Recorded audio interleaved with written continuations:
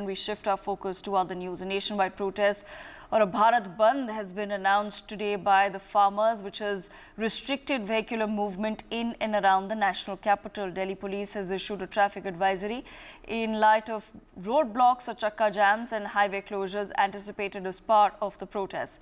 Farmers and workers have called for a day-long protest from 6 a.m. to 4 p.m. across the nation. While there will be high traffic alerts, emergency services, medical shops and schools are open according to the latest Delhi Police traffic advisory. Due to the Bharat Bandh and the farmers' protest, it is advisable to avoid road travel to Punjab, Haryana and Himachal Pradesh as significant delays and blockages are expected along these routes. Expecting extreme delays due to high traffic volume is what the administration is now warning the people and commuters about. We've been asked to avoid certain hours and routes with reported closures and congestion. If travel is necessary, then one can consider using public transportation like the metro. My colleague Brian Thomas with us on the broadcast. Brian, where exactly are you and what's happening? Well, Devika, the place that we are in is the very Singhu border. If we show you the visuals also, you can see that the officials are on vigil. Even a scheduled from 6 a.m. to 4 p.m. today, which affects rural activities basically, and also announces a nationwide strike amidst this Delhi Chalo March. And also, the traffic congestion also are, a bit slower in terms of NH48, which connects the Delhi and Gurugram border also. And basically, the national highways will be closed from 12 p.m. to 4 p.m. in Punjab. Few of the villages will also be closed for all agriculture activities and rural works, because no farmers, agriculture worker or rural worker will be working today. Village shops, grain markets, vegetable markets, and other private sectors will be requested to remain closed. Now, if we talk about the visuals of this very place where we are, actually see a tent has been also,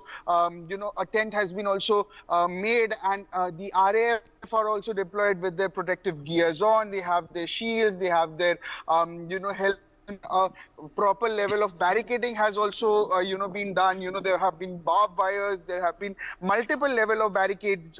Barricading has been done. The cemented barricades, or the normal type of barricades have been done. And here also nearby, all the shops and everything have been closed. This entire highway has been closed because of to restrict the farmers from entering the national capital. And now also, here, if you get a closer look of the, RAF, you can actually see and understand that they have their protective gears. Also, they have their pistols, they have their tear gas weapons, and all of them has been deployed here. Also, another level, another set of RAF are also deployed on top of this very barricading. And yes, the people are also facing a lot of problems. Commuters are facing a lot of problems also. And as a result of this Gramin Bandh, also, public transport and roads are closed in those very areas.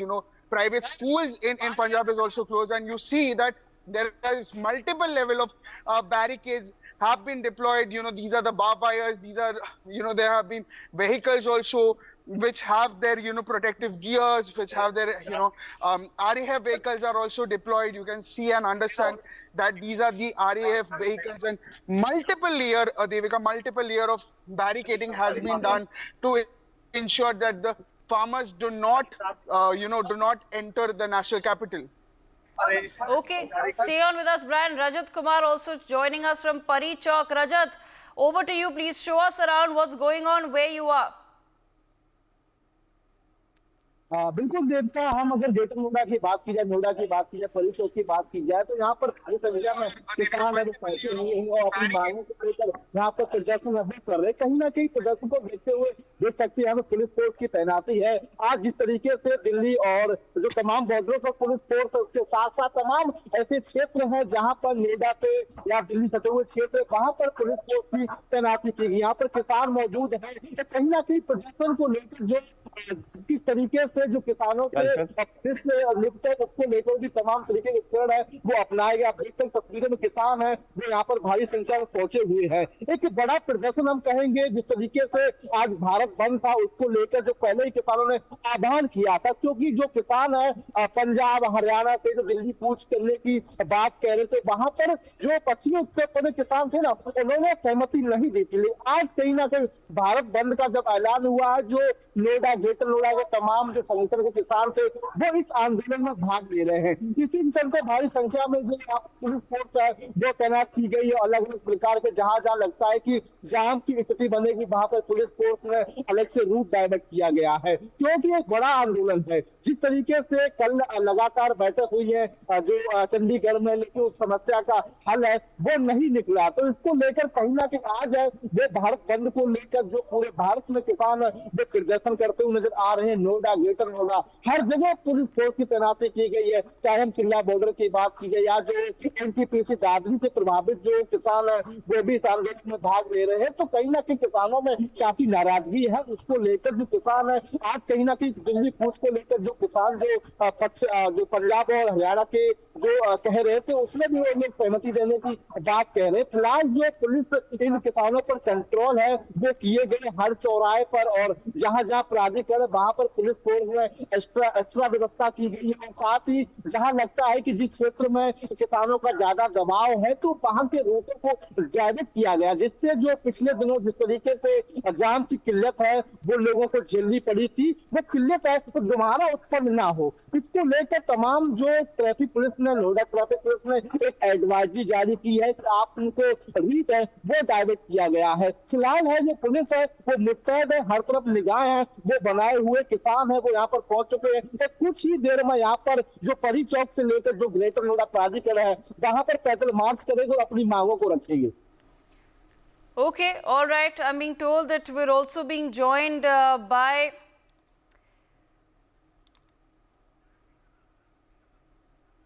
Mahinder Singh with me from Karnal. Mahinder, if you can take our viewers to what's happening in Karnal. जी बिल्कुल, देखिए आज किसान आंदोलन का चौथा दिन है और कहीं ना कहीं बेहद महत्वपूर्ण दिन है, क्योंकि जिस तरह से संयुक्त किसान मोर्चा की तरफ से आज के दिन भारत बंद का ऐलान किया गया था, वही भारत किसान यूनियन चौधरी ग्रुप की तरफ से आज 12 बजे से लेकर दोपहर 3 बजे तक टोल फ्री किए जाने का ऐलान किया था। मैं इस समय NH-44 के बस्ताड़ा टोल प्लाजा पर मौजूद हूँ और तस्वीरें किसान यूनियन चढ़ूनी ग्रुप के जो सदस्य हैं वो किया गया था कि भारत टोल फ्री कराएंगे। NH-44 का बस्ताड़ा टोल प्लाजा है, ये तस्वीरें देख लीजिए आपकी। किसान यहाँ पर जुटने जो है वो शुरू हो चुके हैं, क्योंकि जिस तरह से आज के लिए गुरनाम सिंह चढ़ूनी ने कहा था कि वो टोल फ्री करवाएंगे, उसको लेकर अब यहाँ किसानों का जमावड़ा जो है वो शुरू हो चुका है। आप देख सकते हैं कि किसानों की संख्या जो है लगातार बढ़ती जा रही है और अब दोपहर 12 बजे से लेकर दोपहर 3 बजे तक किसान जो है टोल फ्री कराने का प्रयास करेंगे। हालांकि पुलिस यहाँ पर मौजूद है, जो टोल प्रबंधक कंपनी है वो भी यहाँ पर मौजूद है। किस तरह की स्थिति रहती है देखने वाली बात रहेगी, लेकिन जिस तरह से NH-44 की बात की जाए तो बस्ताड़ा टोल प्लाजा 2020 में हुए किसान आंदोलन का अहम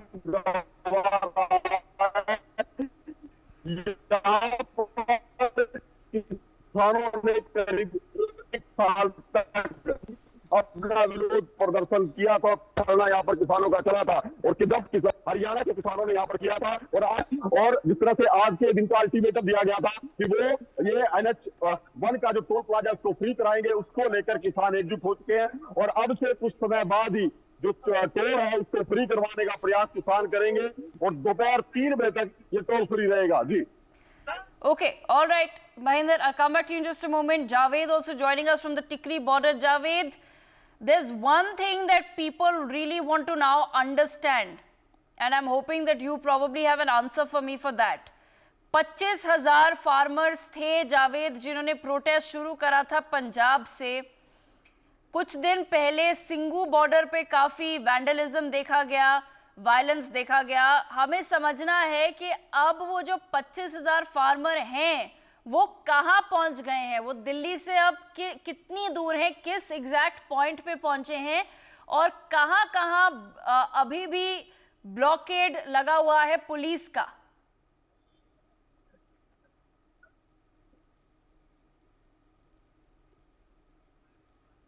Javed, can you hear me? जी बताएं। जावेद, कुछ दिन पहले 4 दिन पहले 25,000 फार्मर निकले थे पंजाब से दिल्ली की ओर। उसके तहत हरियाणा, दिल्ली, उत्तर प्रदेश, इन सभी स्टेट्स ने अपने बॉर्डर्स को लॉक कर दिया था। व्यूअर्स ये समझना चाहते हैं जावेद कि काफी सारे बॉर्डर तो अभी भी ब्लॉक्ड हैं, ट्रैफिक हो रहा है, दिल्ली के आसपास ट्रैफिक बढ़ रहा है, पर जो फार्मर्स हैं वो कहां पहुंचे हैं आज? किस पॉइंट तक वो पहुंच चुके हैं? दिल्ली से कितनी दूर हैं अब? ये देखिए, दिल्ली से तकरीबन 250 किलोमीटर दूर जो है पंजाब हरियाणा का जो बॉर्डर है, शंभू बॉर्डर, वहां पर इस वक्त किसान डटे हुए हैं। आंदोलन का आज चौथा दिन है और मैं आपको बता दूं कि भारतीय किसान यूनियन सिद्धूपुर और पंजाब किसान संघर्ष जो है मजदूर संघर्ष कमेटी, इन दोनों की तरफ से कॉल लिया गया इस पूरे किसान आंदोलन को लेकर। पिछले साल 2020 और 21 की अगर हम बात करें तो 34 किसान जो यूनियन थे वो इस प्रोटेस्ट में शामिल हुए थे, लेकिन इस बार सिर्फ 2 किसान इस यूनियन जो है इस प्रोटेस्ट पे शामिल हुआ है। और सबसे बड़ी बात यह है कि पंजाब, हिमाचल प्रदेश, हरियाणा और दिल्ली, ये जो एक रूट है, ये पूरी कनेक्टिविटी जो है रुक गई है, ठप हो गया है, क्योंकि कोई भी ट्रांसपोर्ट, पब्लिक ट्रांसपोर्ट हो या फिर जो ट्रक्स हैं, जो गुड्स ट्रांसपोर्ट को लेकर स्टेट्स में जो एक कोऑर्डिनेशन चलता है वो पूरी तरीके से रुक गया है। और जिस तरीके से कल एक लंबी वार्ता के बाद भी नतीजा कुछ सामने नहीं आ पाया और सरकार की तरफ से लगातार कोशिश की जा रही है कि किसानों से बात की जाए, रास्ता हल निकले, क्योंकि जो मांगे हैं उसमें कुछ मांगे ऐसी हैं जिस पर एकदम से सरकार की तरफ से कोई भी फैसला लेना पॉसिबल नहीं है, जिसको लेकर किसानों का साफ यूं कहें कि या तो कुछ ऐसी ईगो की बात है कि किसान ये चाहते हैं कि वो सीधा दिल्ली उनको चलना है, उनका बस यही मांग है कि हमें दिल्ली जाना है। अब मैं आपको बता दूं कि जिस तरीके से भारतीय किसान यूनियन, जो कि भारतीय you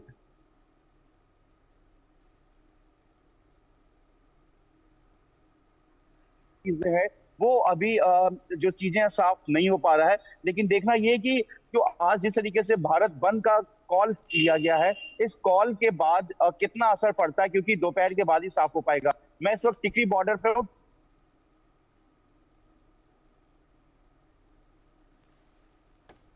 Okay, I seem to be losing that connection with my colleague Javed. That's okay, that happens. All our colleagues are there at several border points of Delhi, Haryana, Punjab, and Javed, sorry we lost you there for just a moment. As you're moving around, your connection is becoming a little bit unstable. I'm going to just request you to stay at one point, Javed. I think you're back with us. If you can hear me, Javed, go on.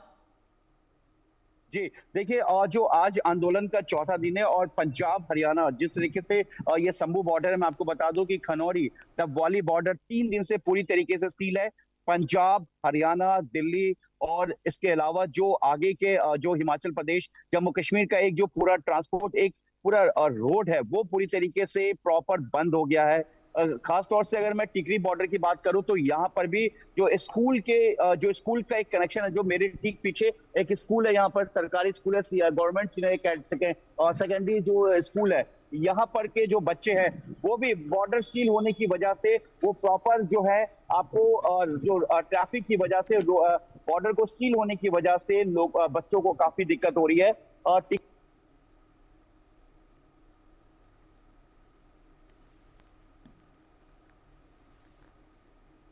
Border पे security जो execute किया जा रहा है वो हर दिन execute किया जा रहा है, क्योंकि जिस तरीके से 20 और 2021 में जो दिल्ली पुलिस ने एक परमिशन दिया था म्यूचुअल अंडरस्टैंडिंग पर कि किसान यहां से दिल्ली में दाखिल हो सकते हैं कुछ दूरी तक, लेकिन जिस तरीके से लाल किला और इसके अलावा लुटियंस जोन्स में जिस तरीके से किसानों ने दिल्ली पुलिस और पैरामिलिट्री फोर्सेस पे जिस तरह से अटैक किया और 2020 और 21 में जिस तरीके से एक पूरा माहौल देखने को मिला, उसके बाद दिल्ली पुलिस हर सिक्योरिटी को लेकर एहतियात बरत रही है। देखिए पूरा रोड यहाँ पे सील है और आपको पूरी सिर्फ दिल्ली पुलिस और सीआरपीएफ और रैपिड एक्शन फोर्स सीआरपीएफ की जो एक टुकड़ी है अलग, जो राइट्स को कंट्रोल करने के लिए होती है, ये आपको सिर्फ यहाँ पे दिखाई दे रही होगी। जो ट्रैफिक मूवमेंट है वो यहाँ से डाइवर्ट है, क्योंकि जो आसपास का रेसिडेंशियल इलाका है, रेसिडेंशियल इलाका होने की वजह से यहाँ पर जो है एक रास्ता पीछे की तरफ से दिया गया है कि किसी तरीके से कोई दिक्कत ना हो। लेकिन सबसे बड़ी बात यह है कि जिस तरीके से ये रास्ता पूरा सील किया गया है किसान आंदोलन को देखते हुए,